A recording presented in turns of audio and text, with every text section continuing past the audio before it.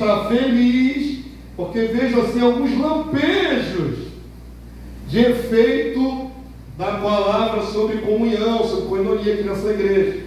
Nós vamos melhorar muito, mas mesmo assim já há lampejos de uma graça maior, de um amor maior, de uma coisa gostosa. Domingo, né? Foi domingo? Teve uma baguncinha santa no final, todo mundo se confraternizando. Vocês não sabem como isso alenta o coração do pastor de vocês. É tudo que eu quero. As crianças, né, no trabalho cristeirão dia 29, também vai ser sobre comunhão. Amém. Mesma unidade. Então, mesma visão, mesmo coração. Está chegando também o trabalho da Comunhão Kids, aí o piquenique, né? Vai ser ali na freguesia. Então vamos continuar orando por isso também. Então olha como é que vai sintonizando tudo, irmãos. Está tudo se amarrando. Mas como nós somos alunos repetentes, nós erramos muitas vezes. Lembra? Você era aluno repetente no colégio? Não? Passava direto? O irmão dizia, eu não. Eu era aluno aplicado. Mas no quesito do amor, nós somos repetentes. No quesito de manifestar amor, de ser pronto para amar, nós somos repetentes. Temos dificuldade. Então tem que ficar batendo na tecla, mostrando as passagens que falam sobre isso, para ver se vai entrando devagarinho na nossa alma. E a gente melhora essa área da nossa vida cristã. Então nessa noite eu vou mostrar a vocês rapidamente 3 conceitos a considerar no amor devido aos irmãos. Nós devemos amor aos nossos irmãos. Nós vamos mostrar 3 conceitos bíblicos, do Novo Testamento. Como é que nós devemos operar esse amor? Tem 3 aspectos. Caiu o celular aí no chão aí. E depois que eu mostrar esses 3 aspectos, nós vamos fazer uma dinâmica de grupo. Hoje vai terminar diferente o culto. A dinâmica é no final. Irmão, praticar aquilo que a gente vai aprender. 3 conceitos a considerar no amor devido aos irmãos. Abra aí a sua Bíblia em Filipenses capítulo 2. No domingo falamos que o amor é mais forte, é mais poderoso e mais importante do que qualquer dom espiritual. Se nós colocarmos isso no coração, que o amor é a coisa mais importante, e conseguirmos vivenciar esse amor, vai ser prazeroso para cada um de nós, vai ser satisfatório, e Deus vai se alegrar. Então nós estamos falando de amar na prática, não só de palavra. Vamos abrir aí Filipenses 2, 1. Já abriram, irmãos? A palavra hoje é bem curtinha, e no final vamos fazer a dinâmica para finalizar esse trabalho, para botar em prática. Eu vou falar sobre esse ponto, sobre ter sentimentos, ter um amor. Amor é sentimento, não é? Mas amor também é algo extremamente poderoso que vem do alto, vem de Deus. Vou falar do sentimento nas entranhas. Estranho, né, queridos? Sentimento nas entranhas.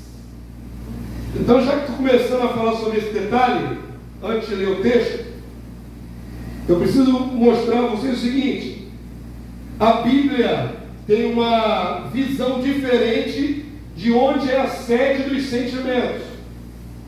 Amor hoje logo se liga ao que, irmãos? Hoje, atualidade. Coração. Mas qual coração que hoje o pessoal ilustra aí? O que bate no peito. O músculo cardíaco que bomba sangue para o nosso organismo todo. O amor, ele sintetiza, ele aparece, ele nasce aqui no peito, no músculo que bombeia sangue por qual, meu irmão? Nunca. O amor não nasce aqui, lado esquerdo do peito. O amor nasce onde? No coração, centro da Bíblia, onde tem a mente.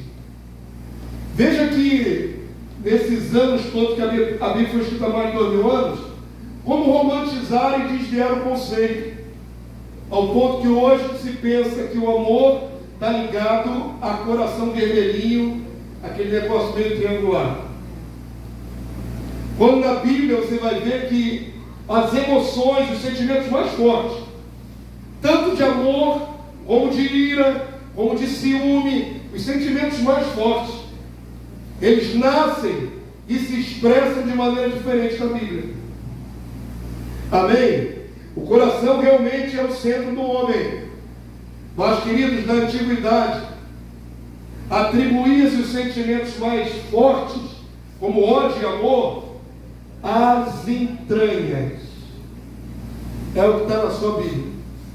E eu fiz questão de pesquisar isso no original grego, para ver se não era uma interpretação superficial. E a palavra que está lá para entranhas é fígado, coração, esse aqui também, intestino, olha só. É entranha, essas coisas todas estão dentro de você, que os olhos humanos não veem. Nas vísceras, aqui nas entranhas, os sentimentos nas entranhas. Então não estranhe quando a palavra de Deus diz, essa expressão que está aí, nós vamos ler, Filipenses 2:1, já deu contexto, não vai estranhar mais. Vamos ler então juntos, quem quiser. Se há, pois, alguma exortação em Cristo, alguma consolação de amor, o foco aí é o amor, alguma comunhão do Espírito, e agora lê o restinho aí. Se há o quê? Olha aqui, ó, o mise-en-scène do pastor aqui, sempre faz uma caratice, vocês não esquecerem mais. Ó, entranhados afetos. Olha, eu estou apontando na minha barriga. Aí você não esquece mais. José está rindo. É porque você é novo aqui na igreja, eu faço isso há muito, essas macaquices assim eu faço. Desde que a igreja existe. É didático. Quando eu faço, nunca mais vai esquecer. Ó, entranhas de afeto. Onde é que é o negócio? Se há, vamos ler de novo, entranhados afetos e misericórdias. Verso 2: completai a minha alegria, de modo que penseis a mesma coisa, tenhais o mesmo amor. O amor tem que ser comum. Amém? O que mais?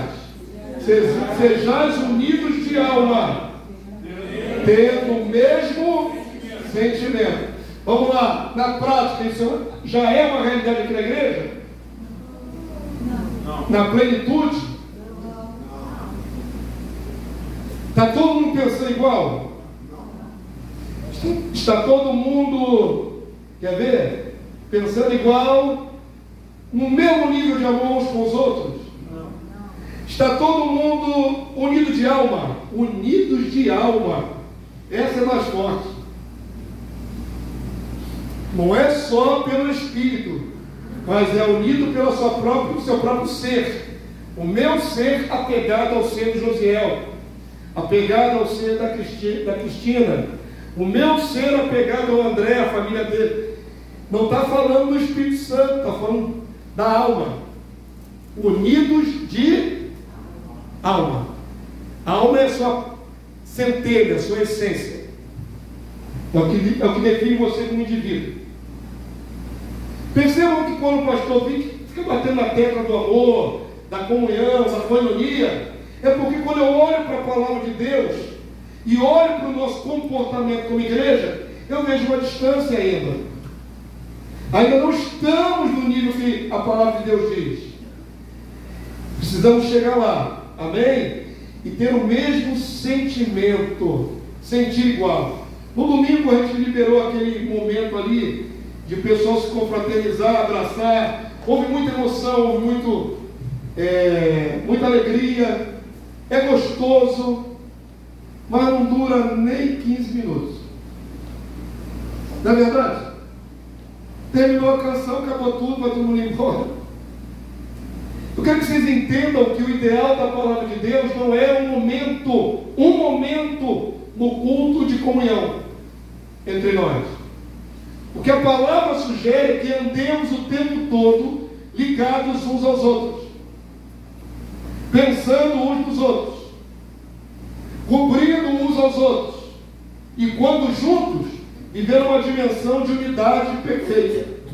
Quantos estão entendendo? Primeiro conceito que eu quero destacar aqui, que nós temos que ter entranhas de afeto pelos nossos irmãos. Tem que ter um afeto que seja mais visceral do que apenas mental, do que apenas sutil. O dia que nós conseguimos viver essa dimensão, quando um sofrer, todos sofrerão junto. Irmã Carla Beatriz não pôde estar no domingo aqui conosco, estava sofrendo de uma enfermidade. Quantos lembraram que a irmã Carla Beatriz não estava aqui conosco? Lembraram? Sentiram falta? Quem mais não estava aqui domingo conosco? Você faz esse retrospecto mental, e quando a pessoa não está ou não veio, você entra em contato com ela para saber o que aconteceu? Às vezes. Isso aí está falando por ele. Estou colocando aqui para todo mundo pensar. Ainda não é entranha de afeto. Ainda não é um afeto tão forte ao ponto de nos mover em relação ao outro. Mas é esse o nível que a palavra nos mostra na igreja primitiva.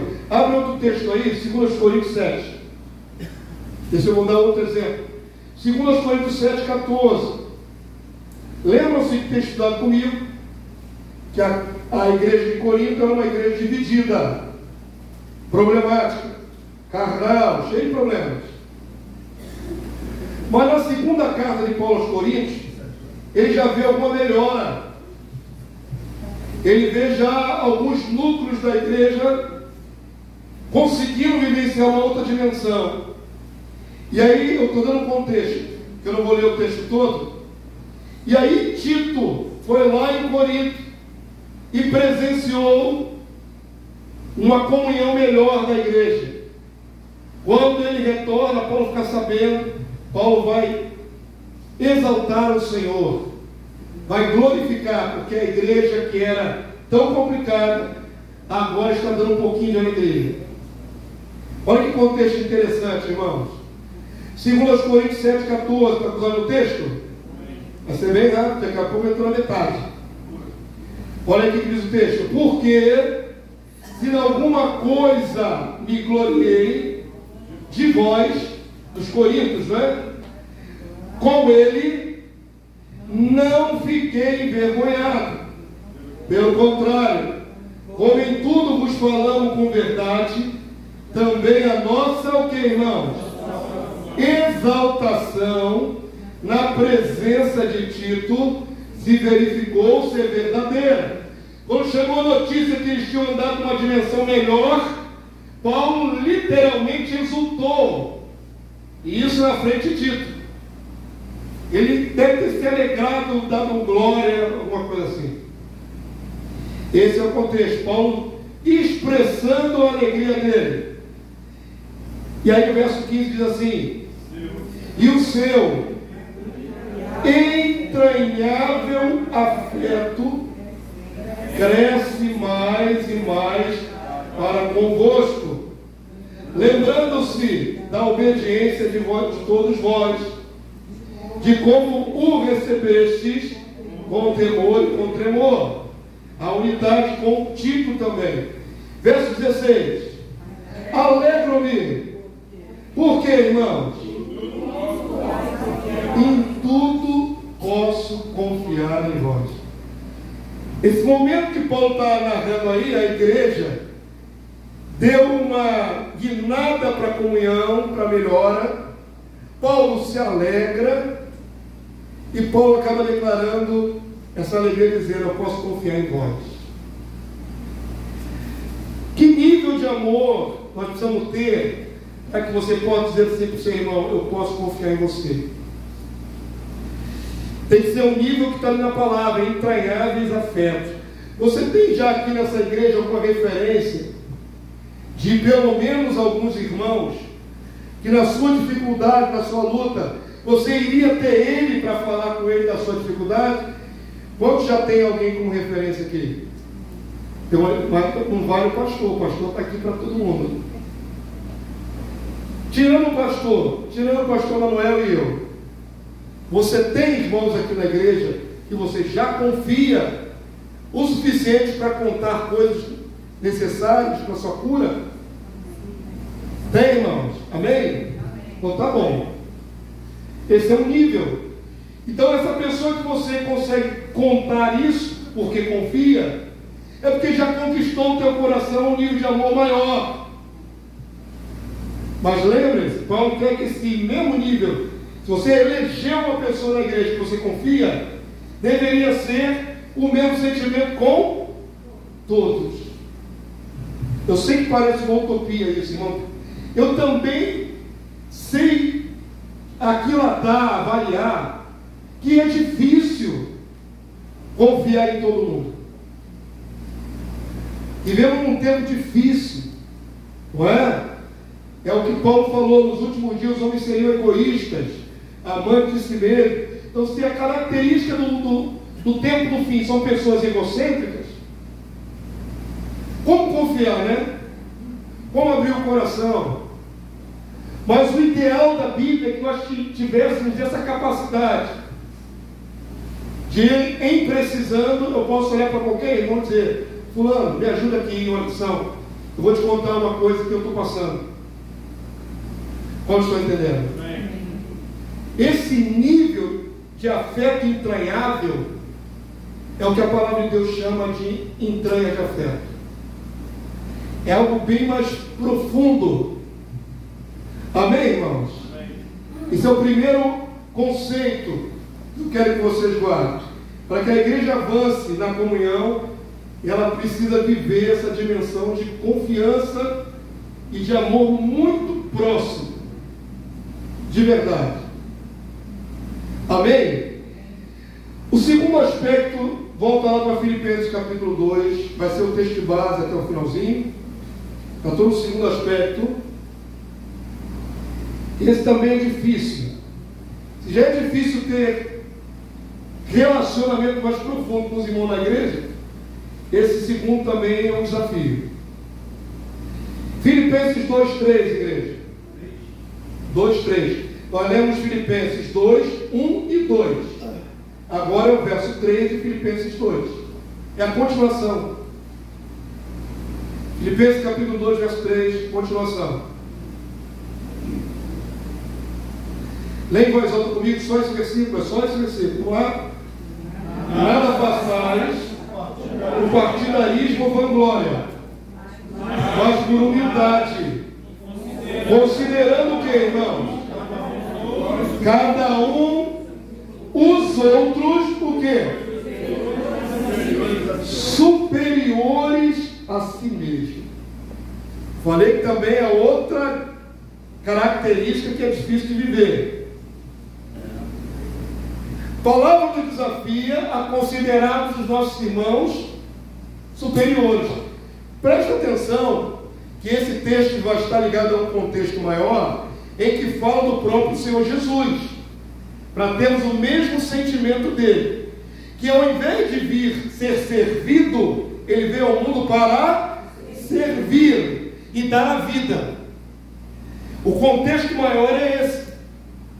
Quando a palavra me desafia a ver o meu irmão como superior, eu tenho que estar pensando assim: eu estou pronto para servir a ele, eu estou pronto para me humilhar, para abrir mão do meu ego e me entregar um serviço para abençoar a vida dele, o que ele precisar. Como estou entendendo? É necessária humildade, é necessário realmente você considerar o irmão alguém muito bom, muito maravilhoso, alguém especial, por quem vale a pena você gastar a sua vida e o seu dia. Olha que esse segundo conceito também é um desafio para nós. Para viver a verdadeira comunhão bíblica, koinonia, você tem que olhar para o seu irmão com tanta admiração, ao ponto que, se ele precisar, você lava os pés dele. Quantos são dispostos a lavar os pés uns dos outros aqui nessa igreja. Lavar os pés é uma figura de linguagem. A necessidade que for do seu irmão. Por exemplo, uma coisa prática. Alguém, por questão de saúde, fica internado no hospital. Quem está disposto a ir lá, fazer plantões lá, né, para render os parentes? Estão entendendo como é lavar os pés do meu irmão? Quem está disposto a fazer visita quando está internado? Quem está disposto, se o irmão sofreu algum revés na saúde e não puder fazer suas tarefas do lar, quem está disposto a suprir isso na vida do seu irmão? Eu me lembro quando Denise teve um derrame cerebral, ficou imóvel numa cama, cadeira de rodas depois, até começar a andar. Teve irmãos que se cotizaram e foram lá em casa para lavar nossa roupa. Não tiro nunca uma desses irmãos, dessas irmãs. Foram voluntárias. Viram que o pastor sozinho, né, cuidando da esposa acamada, não ia conseguir dar conta das tarefas comuns do lar. Eu nunca vou esquecer. E foram lá só para me ajudar. Amém. É esse tipo de coisa, irmãos. Eu estou falando de coisas práticas. Amar é uma coisa muito prática. Não é sentimento solamente. Amém? Entenderam? Está disposto a se humilhar, a fazer qualquer coisa para ajudar o seu irmão, porque você considera muito o seu irmão? É isso que nós devemos praticar, irmãos. Abra aí rapidinho, bem rapidinho, João capítulo 13. Deixa marcado Filipenses 2, nós vamos finalizar com ele. João 13, Evangelho de João capítulo 13, verso 12. Quantos entenderam até aqui? Amém. Você já tinha pensado como ter comunhão com os irmãos tem aspectos bem profundos, irmãos? Glória a Deus. Irmãos, comunhão não pode ser superficial, não.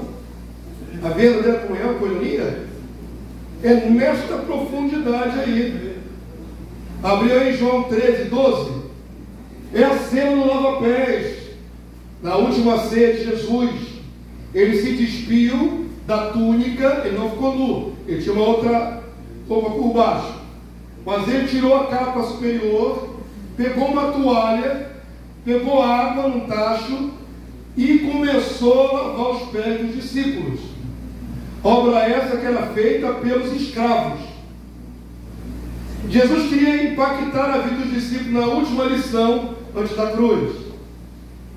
E eles seguiram Jesus por 3 anos e meio. Já tinha uma alta consideração pelo Senhor. Então era estranho para eles Jesus, que era o Senhor, era o Filho de Deus, o Cristo, o Messias, o Rei. Quando Jesus dá uma de escravo na frente deles, Pedro travou. Você lê o contexto maior. De maneira nenhuma tu farás isso para mim, Jesus. Por que Pedro travou? Porque era inconcebível na mente dele que aquele ser maravilhoso que é Jesus se tornasse tão humilde ao ponto de lavar os pés. Jesus deu um impacto muito forte na vida dos discípulos, dos apóstolos. Pega aí o contexto a partir do verso 12, vamos lá? Depois de lhes ter lavado os pés, então Jesus lavou a si mesmo, discutiu com Pedro, mas depois Pedro abusou. Agora também quero que lave a cabeça, lava tudo. Pedro é um barato. De maneira nenhuma. Depois Jesus, tu não deixar, tu não tem parte comigo. Então agora lava tudo, Jesus. Lava em cima, lava embaixo. Pedro é um barato. Mas quando Jesus terminou de fazer esse gesto inusitado, depois de lhes ter lavado os pés, tomou as vestes, voltou a se vestir com as vestes que estavam antes, e voltando à mesa, perguntou-lhes: compreendeis o que vos fiz? Vós me chamais o Mestre e o Senhor, e dizeis bem, porque eu o sou, eu realmente sou o Senhor. Eu sou a figura que vocês devem respeitar, reverenciar. Eu sou o Filho de Deus. Jesus não está negando quem ele é. Ora, se eu sendo o Senhor e o Mestre vos lavei os pés, como é que diz aí o restante agora, irmão? Também vós deveis lavar os pés uns dos outros. Entenderam o que Jesus estava ensinando para os apóstolos? Que seriam os líderes do cristianismo, que seriam reverenciados pelos outros irmãos, que seriam vistos como pessoas importantes, mas eles tinham que aprender humildade para servir um ao outro. Amém, queridos? Coinonia passa por isso. Você dá tanta importância para o seu irmão que você não se importa de fazer o que for necessário por ele, que é preciso, né? E aí Jesus fala assim, né? Já lemos aí o verso 15? Não, leia por favor o verso 15. Porque eu vos dei o exemplo, para que como eu vos fiz, façais vós também. 2 vezes Jesus falou, façam isso. Eu fiz, façam isso. Uma ênfase, eu quero que vocês façam isso. E se humilhem e sejam solícitos em abençoar uns aos outros, com aquilo que vocês podem. Amém, queridos? E verso 16 diz assim, em verdade vos digo, que o servo não é maior do que o seu senhor, nem o enviado maior do que aquele que o enviou. Enviado é uma palavra que faz alusão a apóstolo. Apóstolo é emissário, é enviado. Então eles sendo tão grandes, seriam grandes diante das ovelhas, mas primeiro tinha que aprender a se dobrar o joelho e lavar o pé um do outro. Amém, queridos? Esse é mais um dos desafios. Verso 17 conclui, ora, se sabeis estas coisas, bem-aventurados sois, se o quê? Se a praticar. Não adianta só saber, tem que botar na prática, no dia a dia. Volto a afirmar, você considera o seu irmão tão importante, você está disposto a fazer o que for, que ele necessitar, não é abuso, é na necessidade. Considerar o seu irmão extremamente importante. Isso é dizer que ele é superior a você. Nesta hora eu o sirvo. Quantos entenderam? Não tem nada a ver com complexo de inferioridade e superioridade. Tem a ver com o valor do seu irmão. Você valoriza demais. Todo mundo aprendeu? E o último aspecto, volta lá para Filipenses 3, agora o verso 4 e 5. O primeiro conceito é ter um amor muito mais forte, as entranhas de afeto. O segundo conceito é considerar o seu irmão uma pessoa digna da sua devoção, da ajuda que você pode dar a ele. E o terceiro aspecto é cuidar do interesse dele, das coisas que são importantes para ele, e não das suas próprias. Cuidar do interesse do outro. Filipenses 3, 4 e 5, nós vamos acabar por aqui. Falei que ia ser bem rápido, e ainda tem a nossa dinâmica. Podem ler comigo, só esses 2 versículos? Não tenha o que, irmãos? Cada um em vista o que é propriamente seu. Vamos lá. No natural, como é que você vive o seu dia a dia? Cuidando de que vida? Estou falando do natural, irmão. Você acordou hoje, você cuidou de qual vida? Da sua própria, não foi não? Você cuidou da sua vida, ué. Você cuidou de lavar o rosto, tomar café, trabalhar, fazer as coisas que são para você. Não é isso? Aí a palavra vem no desafio a fazer algo que é contra a minha natureza. Eu cuido da minha, tu cuida da sua, né? Tem até gente que diz assim, cada um no seu quadrado. Não é? Como é que é? Tem um jargões aí popular que agora eu esqueci. Cada macaco no seu galho, por aí vai. Há uma ideia de que eu só preciso cuidar da minha própria vida e não da do meu irmão. Errado. A palavra vai nos desafiar, o apóstolo Paulo, inspirado pelo Espírito de Cristo, vai nos desafiar a cuidar da vida e do interesse do irmão. Para isso você tem que desfocar do seu próprio. Quantos entenderam? Mas não está estimulando o irmão ficar vigiando o outro? Eu não, é a palavra que está dizendo aqui. A palavra diz para tomar conta do meu irmão. Vamos ler de novo para você entender, verso 4. É tão simples e tão difícil. Vamos lá. Não tenha cada um em vista o que é propriamente seu, senão também cada qual que é dos outros. Não diz para você abandonar a gerência da sua vida, mas além da gerência da sua vida, tem que tomar conta também e se preocupar com os seus irmãos. Entenderam? Difícil, né? É difícil, irmão. Os conceitos aqui são simples, difíceis de viver. Aí o texto vai concluir no verso 5.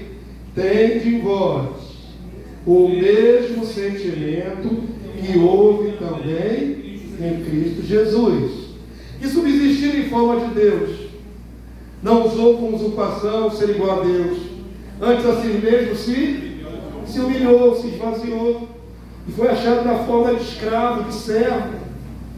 Olha aí, Paulo vai falando para a igreja viver uma dimensão de amor entre os irmãos tão profunda que seja semelhante ao que Jesus fez. Jesus não pensou nos interesses particulares dele quando estava sentado na glória com o Pai. Ele se esvaziou e veio resolver o interesse dos seus irmãos. Ele não pensava só nele, ele pensava em mim e em você, em todos nós. E aí Paulo conclui: tenham o mesmo sentimento que houve em Jesus Cristo. Não olhe só para as suas causas. Tenha um leque mais aberto. Se preocupe com a causa do seu irmão. Quantos entenderam, irmãos? Oh, Jesus. Coisas tão simples que eu falei que nós não conseguimos ainda viver na dimensão que deveríamos. Viver no espírito aqui. Uma vez eu preguei aqui sobre a família da Lenice, minha esposa. Irmã Nazinha era viva. Trazia a irmã Nazinha, minha sogra, na cadeira de roda aqui todos os cultos, lembram? Subindo essas escadas, era cadeira de roda, tinha sempre uns varões fortes, Júlio, outros tantos, e pegavam conosco a cadeira de roda da minha sogra, nessa escadaria aí, para trazê-la. E uma vez eu preguei sobre o passado da família, fiz até umas ilustrações, e ela contava, né, que levava os 5 filhos, depois um veio a falecer, ficou 4. 5 filhos pequenos para a igreja, aquela escadinha para a igreja. E às vezes estava chovendo. E às vezes poderia alguém dar carona que tinha carro e via ela com 4, 5 crianças e não dava carona. Vocês estão entendendo como é que o amor é prático? Imagina você numa igreja, você vendo um irmão seu, uma irmã com 5 crianças, chovendo, você com vaga no carro e está nem aí, está cuidando do próprio interesse. Esse é o paralelo da nossa realidade triste com aquilo que a palavra de Deus nos manda fazer. Tenha o mesmo sentimento de Jesus. Não se foque só em você, foque também nos seus irmãos, na necessidade dele. Entenderam, queridos? Então precisamos melhorar muito o nível do nosso amor pelos nossos irmãos. Precisamos considerá-los como superiores, como pessoas importantes, dignas da minha devoção, do meu tempo, das minhas intercessões. Devoção, entendam, né? Devoção não religiosa. Eu devoto a ele meus sentimentos, minha consideração. Já que entenderam, fique de pé nessa hora. Tá bom. Falei que ia ser rápido. Se entenderam, não precisa mais ficar enchendo linguiça aqui. Vocês entenderam? A base está em Filipenses capítulo 3, do verso 1 até o verso 5. Perdão, Filipenses 3, né? Filipenses 2, 1 a 5. Essa é a base. Então, querido, para a gente colocar em prática essas coisas que você ouviu e entendeu, vou fazer uma dinâmica rápida aqui com vocês. Nós vamos fazer essa dinâmica em duplas. Ai, meu Deus, está vendo? Já começou as barreiras no coração. Acabei de dizer que tem que amar o seu irmão com todo amor. Já tem resistência. Acabei de dizer, você tem que considerar o seu irmão demais. Aí eu falo, em dupla, pronto. Começou os constrangimentos. Para com isso, gente. Vamos amar um ao outro, pelo amor de Deus. Se a gente não conseguir amar nessa igrejinha pequenininha, como é que vai ser se nós crescermos, multiplicarmos? É aqui e agora, queridos. É de 2 em 2. Mas para complicar um pouquinho mais, é homem com homem, mulher com mulher. Vamos ver se vai dar o número certo. Se sobrar, a gente faz a mistura. Homem com homem, com mulher, para não ficar tão constrangedor, né? Pode escolher aí alguém. Agora, tem que escolher alguém que você não está acostumado a orar. Tem mais um detalhe. Não pode ser parente. Alguém que você não está acostumado a orar. Vê se casa todo mundo aí. Se casar todo mundo. Mulher com mulher, homem com homem. Antes de orar, tem umas tarefas. Na dinâmica de grupo. Antes de orar, tem umas tarefas. Não deixa a Milena sozinha, não. Pega a Milena aí também, Luciana. Isso. Cristina, aqui. Tu tá com quem, Cristina?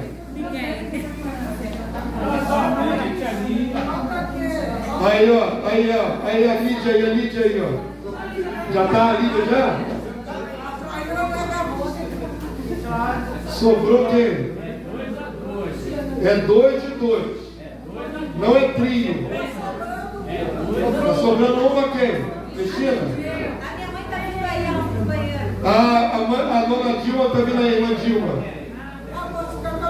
A irmã Dilma está vindo aí, irmã Dilma. Vai dar certinho. Vai dar certinho. Agora vamos lá para a dinâmica. Ela voltou lá, a irmã Dilma lá, ó. Junta ela com a irmã Dilma. Traz ela aqui para o santuário. Vamos lá. Isso é para provar que nós somos muito rasos na comunhão com nossos irmãos. Você sabe o nome do seu irmão? Sabe nada. Sabe nada.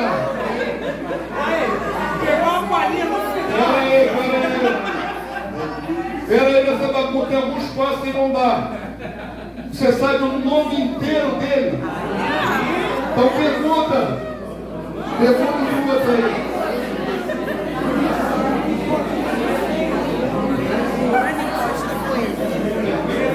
Já sabe agora o nome inteiro do seu irmão?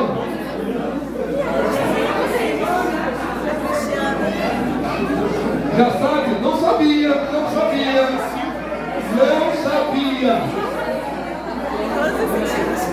Ó, para quem tem essa força, Deus bagunceiros. Para quem tem essa força, meu nome é Damásio Moreira de Sena Filho. Isso tudo.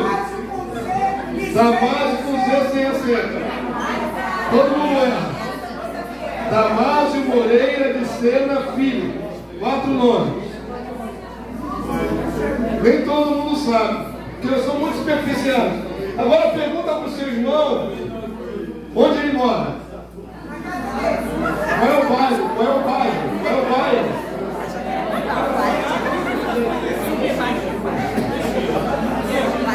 que seu irmão mora? Já sabe?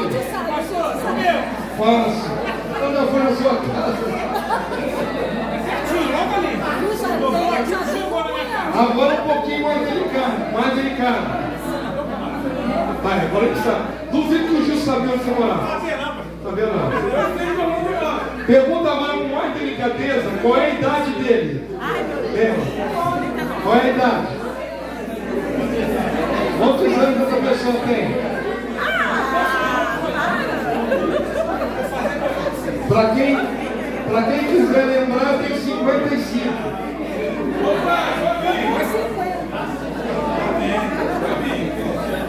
Agora mais um detalhe particular. Pergunta para essa pessoa qual é a comida que ela mais gosta. Qual é a comida que ela mais gosta?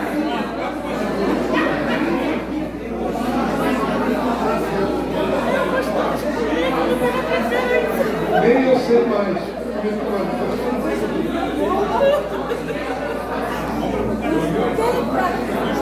Perguntou, já sabe agora?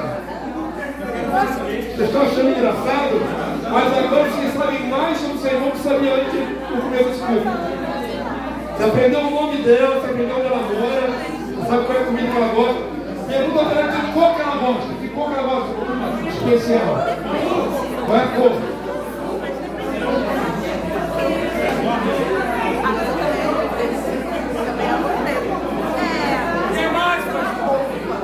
Aprendeu bem sobre o Gilson? Tá indo, né? Agora vem a pergunta final. Pergunta se ela está passando por algum problema. E ora com ela. Ela sabe. Agora tem que trocar, né? Os dois lados tem que saber.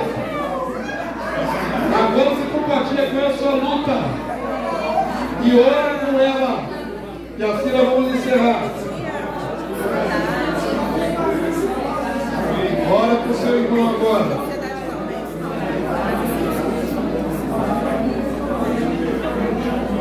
Já perguntou qual é a luta que ela está passando?